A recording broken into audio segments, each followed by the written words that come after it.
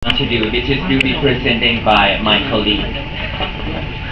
Next, number two, mainstream sexual diversity into general sexual health curriculum because current any country have curriculum about talk about sexual health and reproductive health for male or female only.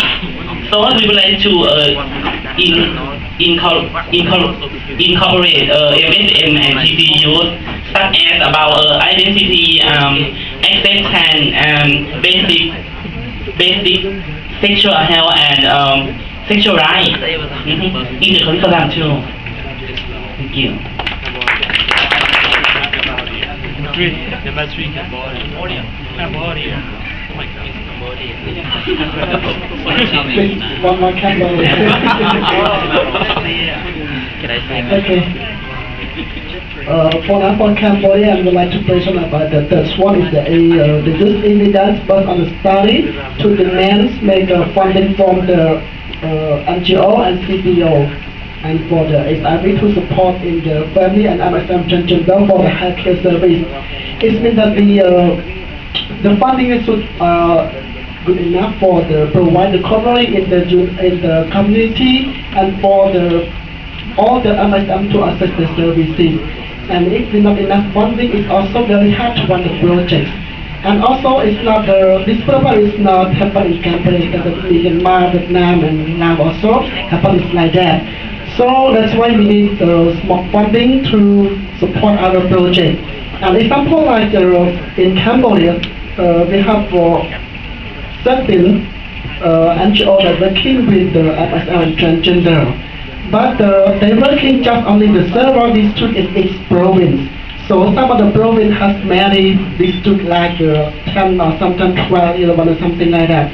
So it means that the people or the transgender or MSM in the rural area, they cannot access the services that are supported by the NGO.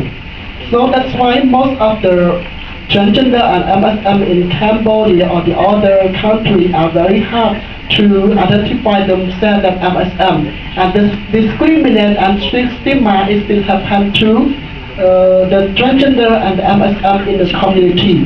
So that's why the community people is very hard to accept and very hard to friendly with the MSM and transgender. So if we have covered all the educational stigma, mental education for the people, even not in the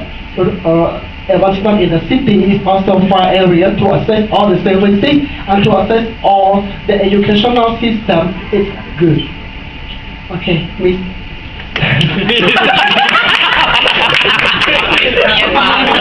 Hello everyone. I would present to the number 4 further to support youth leadership through capacity building at the community level because it's really important for us.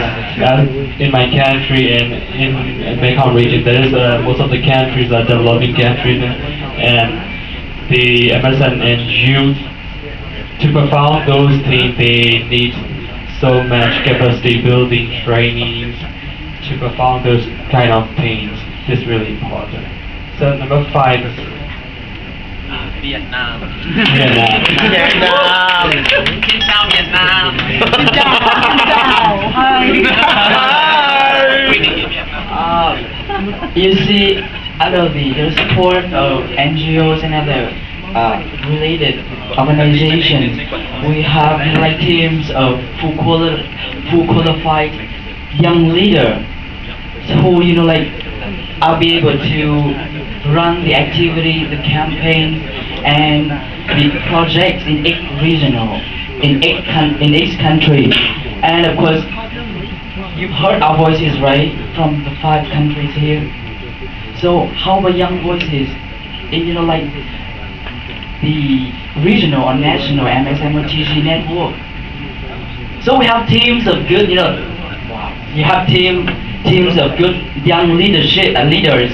So we have the demand to advocate for more seats for youth at the existing regional or national MSM or TG network, or maybe in the possible future, we can create our own youth MSM and TG network.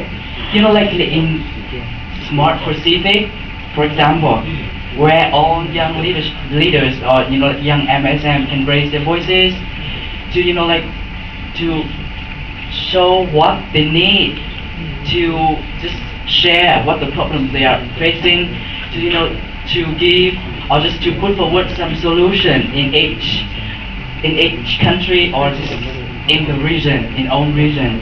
So I think the five key recommendations are what we really hope to to have an official network for young MSM and TG to raise their voices like our meeting today. So thank you.